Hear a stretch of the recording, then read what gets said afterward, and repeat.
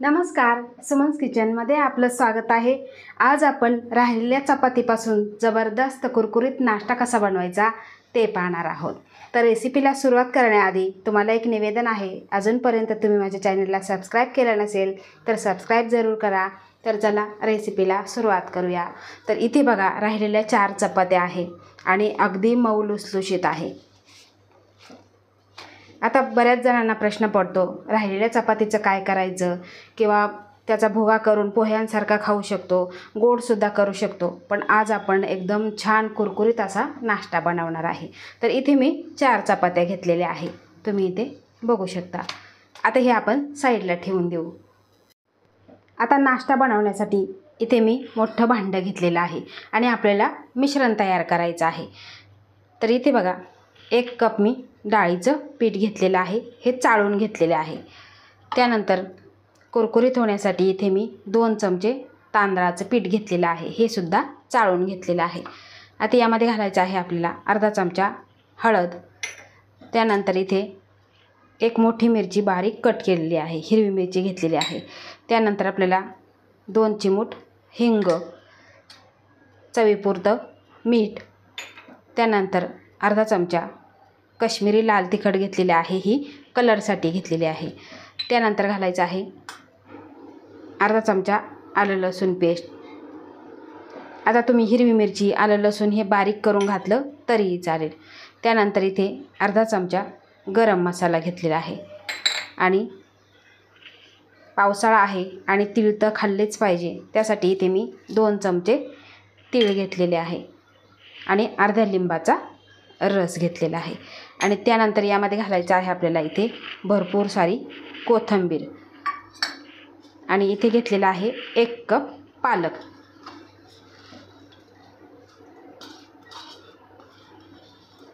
आता हे सगळं आपल्याला मिक्स करून घ्यायचं आहे।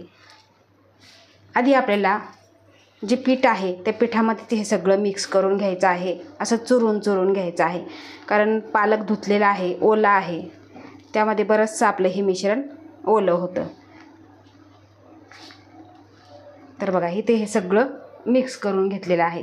यामध्ये आपल्याला अगदी थोडं पाणी घालून, जसं आपण भाज्याला पीठ मळतो किंवा भिजवतो त्या पद्धतीने आपल्याला भिजवून घ्यायचं आहे।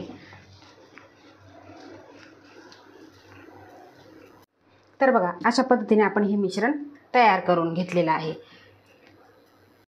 तर इथे मी वड्या उकडायची चाळणी घेतलेली आहे आणि त्या चाळणीला आपल्याला तेल असं लावून घ्यायचं आहे।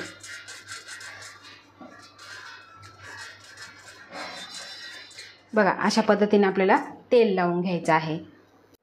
तर इथे मी पोळीपाट घेतलेला आहे आणि त्यावरती आपल्याला चपाती ठेवून घ्यायची आहे।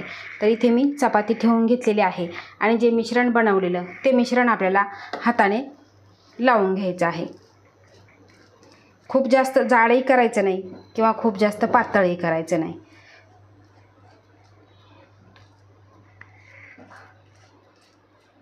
असं छान असं पसरून आपल्याला लावायचं आहे। तर इथे बघा चपातीला मिश्रण आपण लावून घेतलेलं आहे आणि आपल्याला हलक्या हाताने याचा रोल बनवून घ्यायचा आहे। खूप जास्त प्रेस करायचं नाही, अगदी हलक्या हाताने करायचं आहे।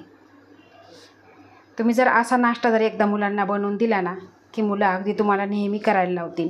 आणि मी पालकची भाजी घातलेली आहे, तुम्ही वेगवेगळ्या प्रकारच्या भाज्या घालू शकता यामध्ये। आणि मुलं कसं हल्ली वेगवेगळ्या भाज्या खायला मागत नाही, तर त्यांना अशा पद्धतीचे जर तुम्ही वड्या करून दिल्या किंवा रोल करून दिले तरी मुले अगदी आवडीने खातात।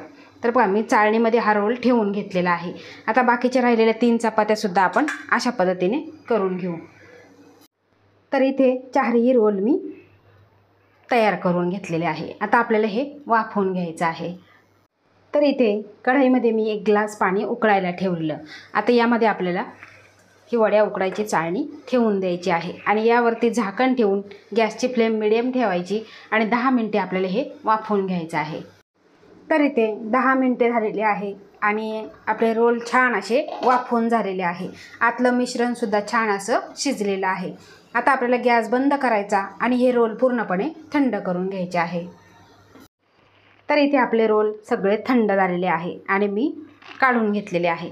आता आपण जशी आळूची वडी कट करतो अगदी त्या पद्धतीने आपल्याला कट करून घ्यायचं आहे.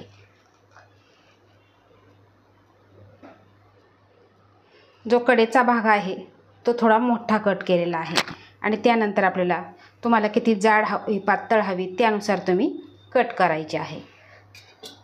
तर बघा तुम्ही लेयर्स बघू शकता, अतिशय छान अशी कट झालेली आहे. आता सगळ्या ह्या वड्या आपण कट करून घेऊ. तर इथे सगळ्या वड्या मी कट करून घेतलेल्या आहे. आता आपण ह्या तळून घेऊ.